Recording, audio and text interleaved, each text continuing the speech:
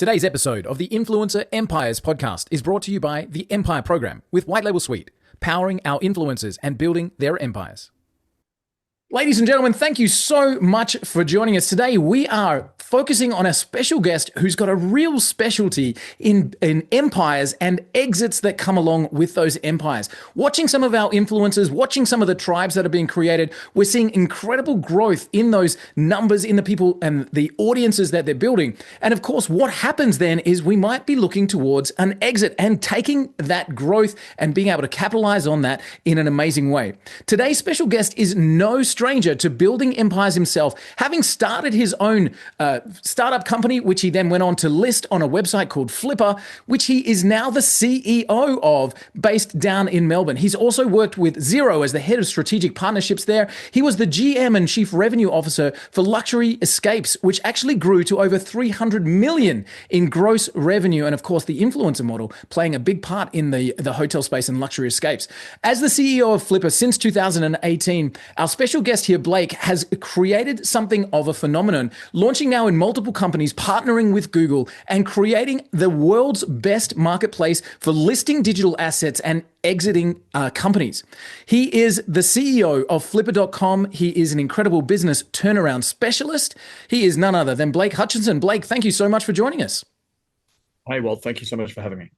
Mate, what a journey. You've created something special there. So I'm looking through your history. You're university educated. You've got straight into the corporate space. You've worked with startups. You've grown through partnerships. And now you're heading up the fastest growing and biggest digital marketplace on the planet. Mate, what a journey for you.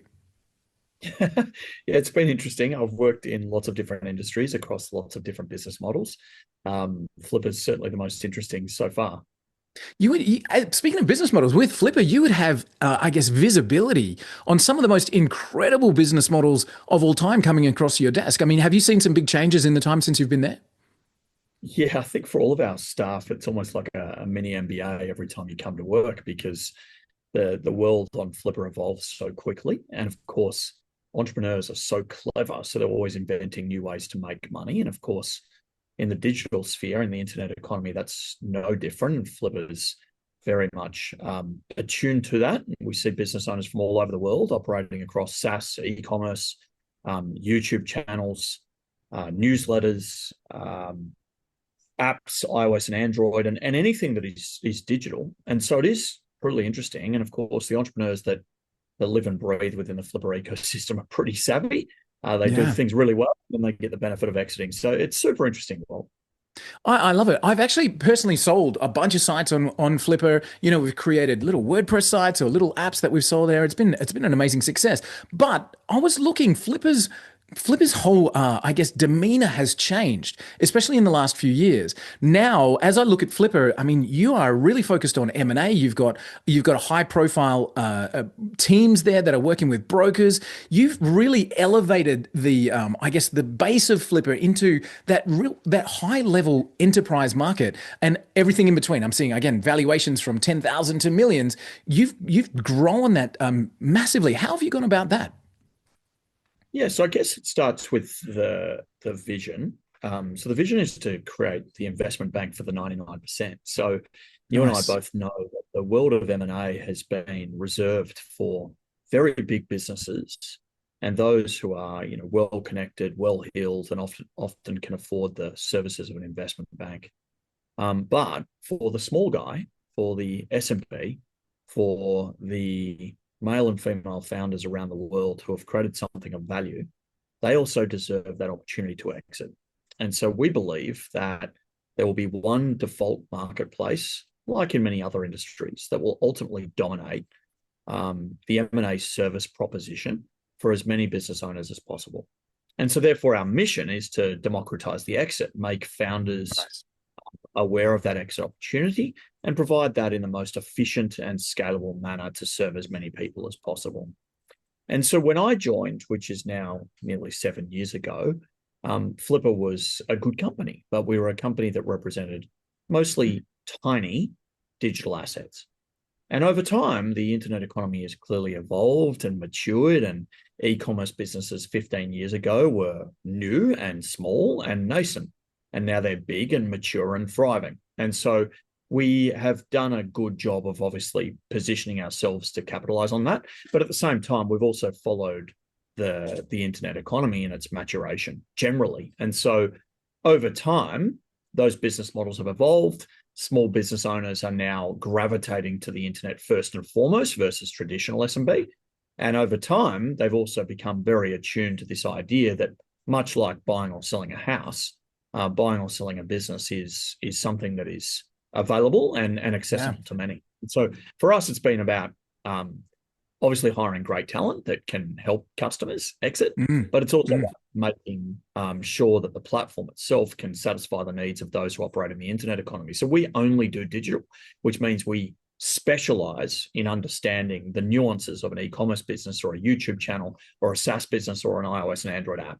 And that's different to most people. So we've become specialists in that space and therefore built specialization in exiting those businesses.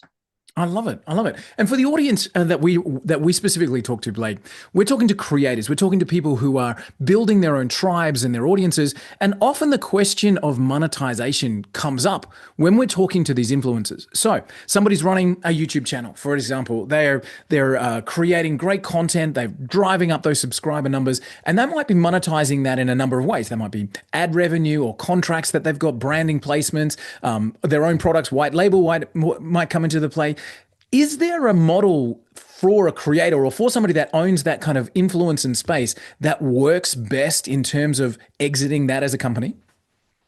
Yeah, so certainly what a buyer is looking for is something that they can take over and run in the same manner or more efficiently. And so therefore, something which is easy to adopt or easy to take over is better than something which is more bespoke. And so the easiest would probably be AdSense, and that's Google's traditional ad monetization model. And that was initially used for bloggers and publisher sites and has obviously expanded to be a suitable way to generate revenue if you're a YouTube channel creator or owner. And so that's the easiest way to generate revenue and the most understood way from a buyer standpoint. But that's not to say that if you are more orientated to taking on direct sponsorships, that can't also be very successful. And they could be sponsorships by way of a brand paying for pre-roll, mid-roll, end-roll, or it could be, somewhat of a product placement. Let's say, for argument's sake, you've got a YouTube channel about golf and you're getting a sponsorship by Callaway or Titleist or Strixon, where they're asking you to use their clubs or their balls. Don't ask me why I've gone down the golf track, Walt, but here we are.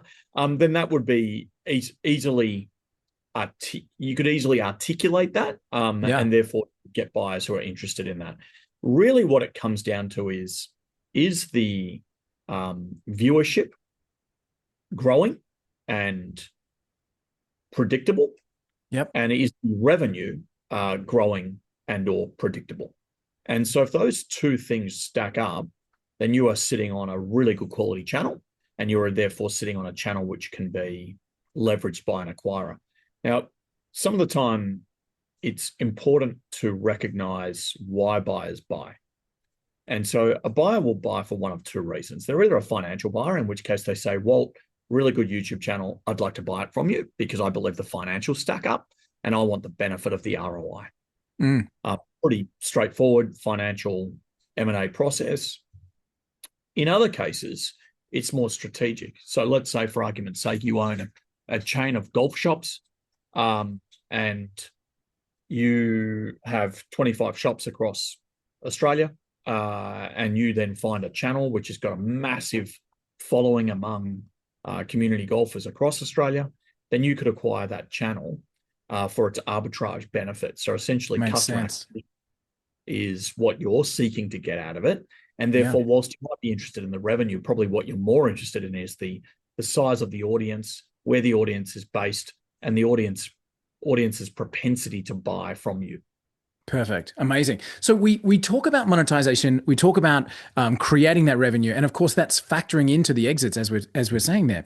When it comes to business ownership, and again, with your experience and looking back over the incredible businesses you've seen come through Flippa, quite often what we see is that a business really takes the profit from an exit. So they've built up something over the years. Maybe just a business owner is just paying the bills and getting by, but then it's the exit that allows them to really capitalize on their years of hard work. Yeah.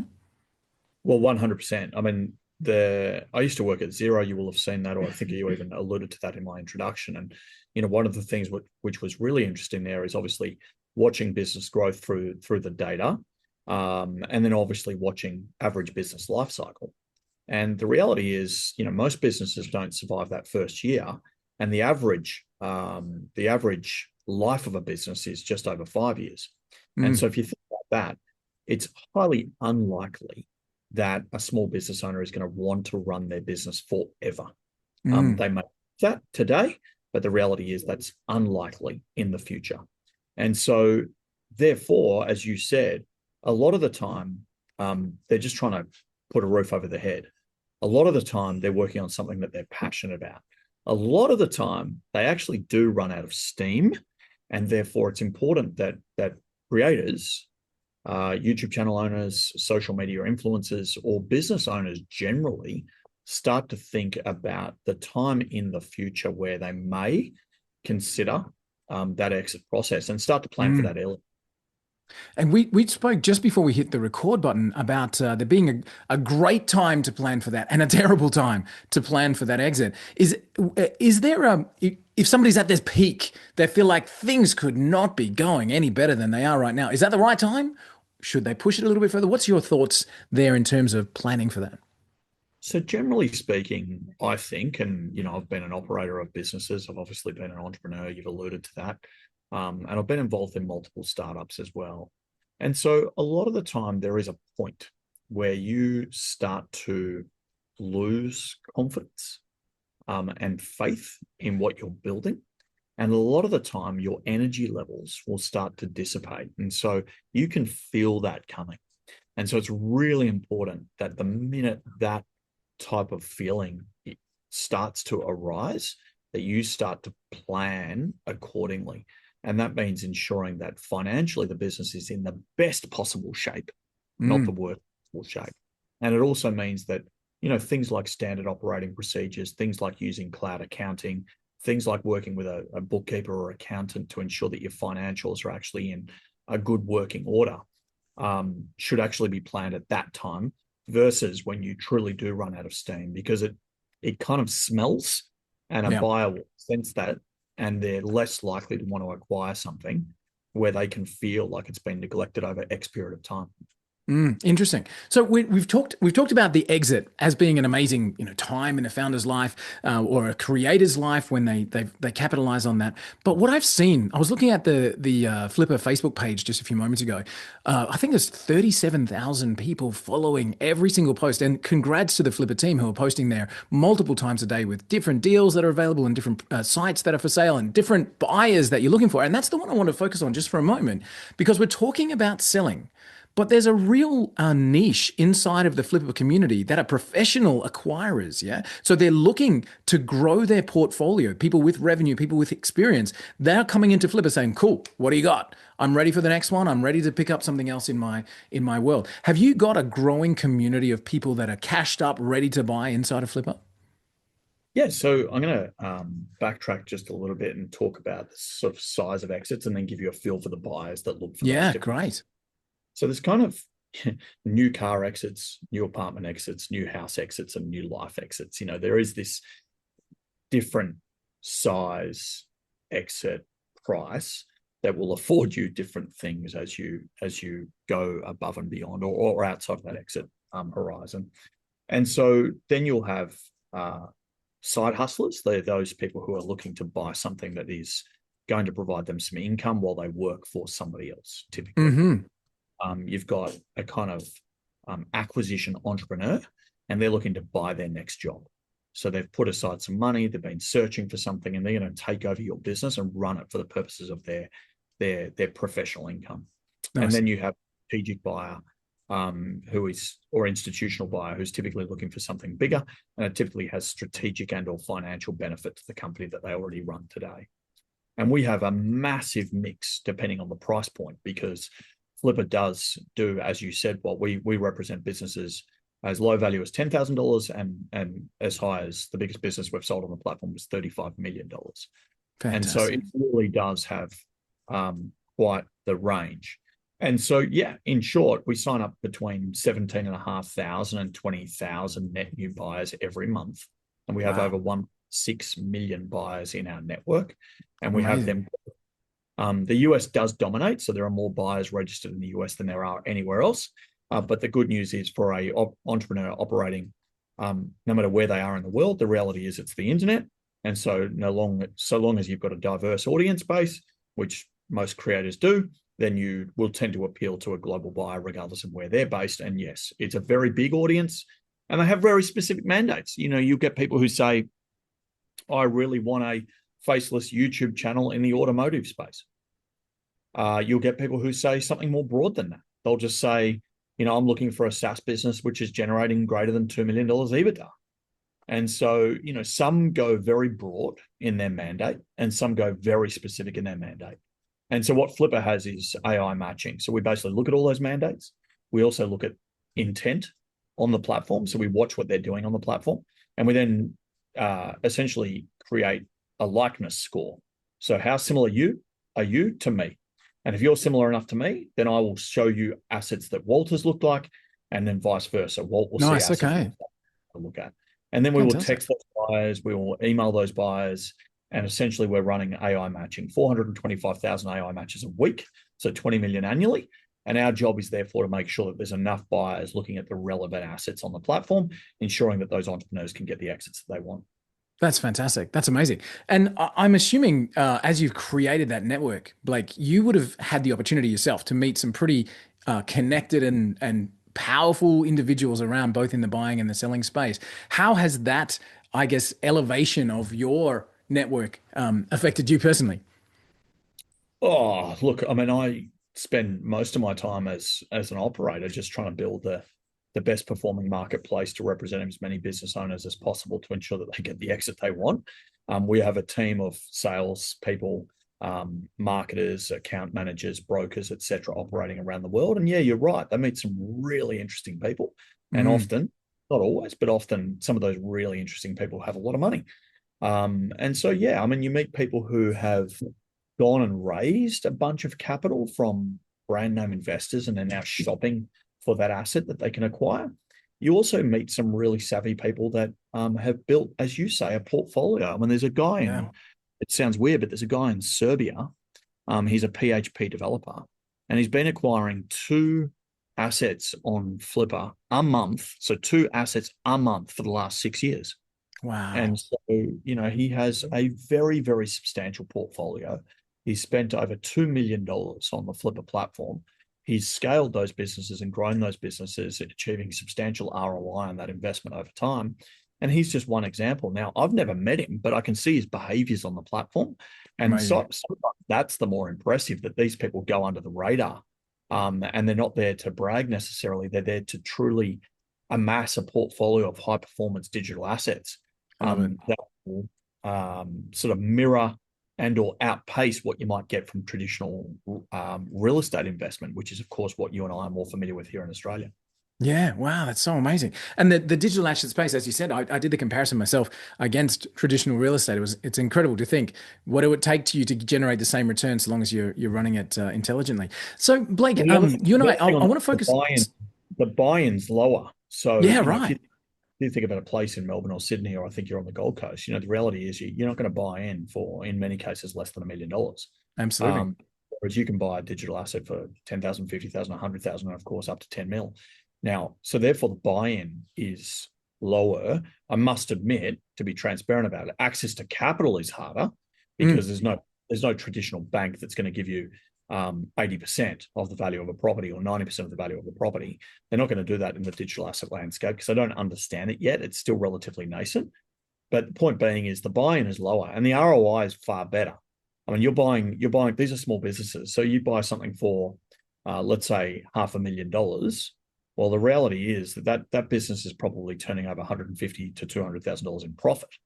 So, you know, the ROI on that business in year 1, 2, and 3 is far better than the return you're going to get on a rental yield. Yeah, definitely. Absolutely. So it's easy to stack those numbers up. Blake, we were talking just before about the digital assets and the growth of social media and influencers and creators over the last few years.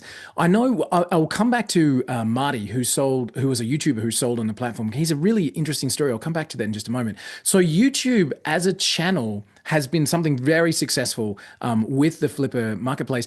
Are there others as well? Have you seen the TikTok shops getting traction, the Instagram accounts also blowing up? Have you seen those kind of spaces, or has YouTube just been the dominating force? So we are seeing some green shoots there. They feel a bit new still. Yep. YouTube's a funny one because whilst it's a new category for Flippa, the reality is the YouTube search engine is second largest search engine in the world. Mm, Google number one, and Google owns number two too. yeah. And it's been around for a long time now. And so TikTok shops will get there. Instagram accounts will get there. But YouTube, whilst it feels like a new asset type for Flippa, the reality is it's an established environment where creators have been growing influence, audience, and community for a long time now. And buyers and investors aren't silly. They don't really want fads. They don't really want to place bets, and they're more likely to defer risk. And so therefore YouTube feels far less risky than some of the others just because of its long-term establishment. And Yeah. so long story short, that's the fast growth one for us, Walt. And what buyers are looking for there is very, very, very substantial viewership traction. So Mm. subscribers important, but nowhere near as important as video views. Nice, nice. One of the interviews that we had, I mentioned before, a gentleman named Austin Armstrong, who's created Syllabi and has been an advocate for faceless channels, and has over, I think it's nearly a billion views across faceless channels on YouTube. So you mentioned before that faceless channels obviously have a real appeal to a buyer. Is is it just faceless channels on YouTube that are working, or is there a call that other channels may also have that kind of those results as well? Yeah, not just. I mean, it's just an easier You can thing to understand it, right? into the owner, to the Yeah. new owner. And so I can't think of a sort of metaphor or equivalent for that in other asset classes. But I guess, well, maybe if you took over a cupcake shop that had a famous MasterChef chef that Right. had run it, Yeah. then, it's all of the brand equity is in that MasterChef chef. Mm, And in the that you go and now acquire that, you're going to have to retain that endorsement to ensure that people want to continue to visit that shop and buy those cupcakes. mm. And so a little bit equivalent to that. It's not Yeah, perfectly I can analogous, see. but a little bit equivalent to that. And so it's just a safer bet. But certainly we've sold a lot of business YouTube channels that are not faceless. But the faceless ones fly off the shelf because let's say, Duplication. it's just about uh, recipes or something where there's not a brand name behind it, an individual brand name or spokesperson behind it. Let's say it's about whatever, pets falling into swimming pools, whatever. And there's a lot of views for that type of content, then you could mount the case that that's evergreen content. You could mount the case that unless there was a massive change to the YouTube search algorithm, that video and that channel will continue to acquire views. And as a result of that, it's a more likely long-term bet. Nice. Yeah, absolutely. Easier for the new buyer to take over. As you said. Let's dive into Marty if you don't mind. So Marty, a 75-year-old retired YouTuber, successful sale on Flippa. That's become a bit of a case study for you guys over the last I think 3 or 4 weeks. Tell me about that experience. Like that's something that's kind of set the scene for creators on Flippa. Well, we like it because, most people, when they visualize these creators, they see these young um, millennials, Gen Z. And Marty's clearly not that. He's a Mm, boomer. And so we like the idea that, these creator environments, YouTube being one of them, are applicable for everyone. And that great. so long as you're passionate about something and preferably a subject matter expert, then you too can build an audience. And so that's why we chose to put Marty on a pedestal because he was so passionate about what he had built.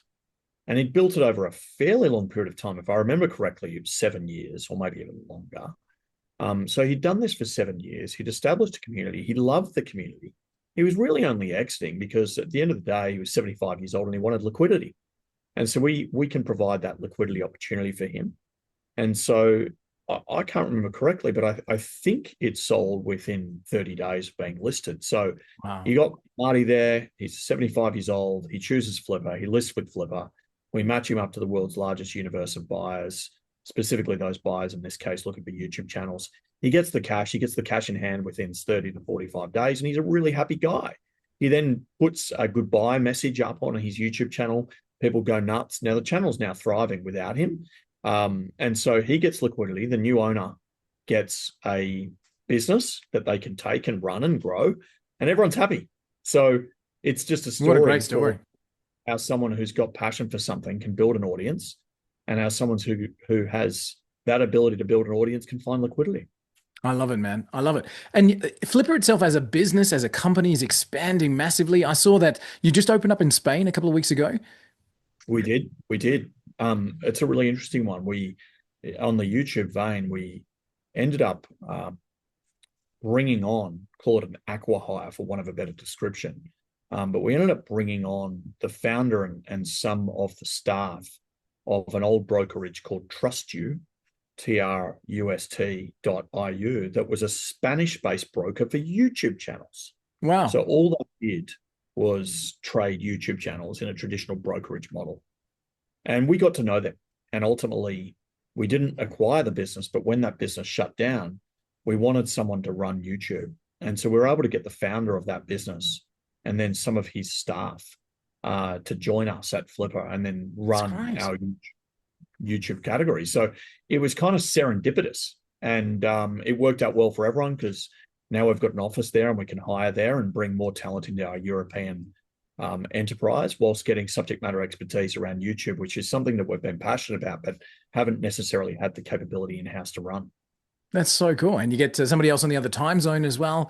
You know, more people behind the scenes, behind the teams. Amazing, mate. So what's next for Flippa? I mean, the last 7 years for you have seen an incredible growth, a change in culture, a change in who Flippa is in the marketplace and how it's regarded by entrepreneurs everywhere. So huge congrats to you. What's the next step? Where will we see you on the horizon? Yeah, so part of the issue for us is we've got so many buyers and they have very, very specific and different mandates, and you can't always give them what they want. And so that's as a function of not having every asset listed on Flippa. And so what we're thinking about is how we can build an off-market engine for buyers. Interesting. And so we have a lot of data on businesses and a lot of data on businesses that are not currently listed on Flippa. And so we believe that a lot of those business owners would love to hear from a buyer, even if they're not formally going through that exit process. And so what we're working on right now is a system that gives those 1.6 million buyers around the world an opportunity to connect with off-market business owners, in addition to obviously consuming the marketplace. So that's very, very that's a very, very focused strategy for us right now. How do you give more of these buyers what they want, given that for the 6,000 assets that are on the platform at any given time, that's not enough to satisfy that huge intent. Yeah. So there's a really huge growth model for you moving that forward. And of course, the people and the teams that you've got behind you are something special in that space. So you'll be able to leverage that. That's exciting, man. And for you personally, I mean, have you got plans of exiting? Is there an exit in sight from a CEO's perspective? Yeah, maybe. We've grown 6 years consecutively, and we're proud of that because it's been a challenging climate for a very long time, actually. I mean, we didn't get a COVID bump because most of the digital assets weren't mature enough at that stage to benefit from the Flippa platform. And then you've had this massive sort of groundswell of uncertainty from high interest, high inflation rate climate to geopolitical challenges, and then more recently, the tariff pressure that's really impacted e-commerce. So we're proud of the fact that we've been able to grow for 6 years consecutively in a challenging environment. And we think that so long as we continue that growth rate and trajectory, yeah, there's liquidity on the horizon for Flippa too.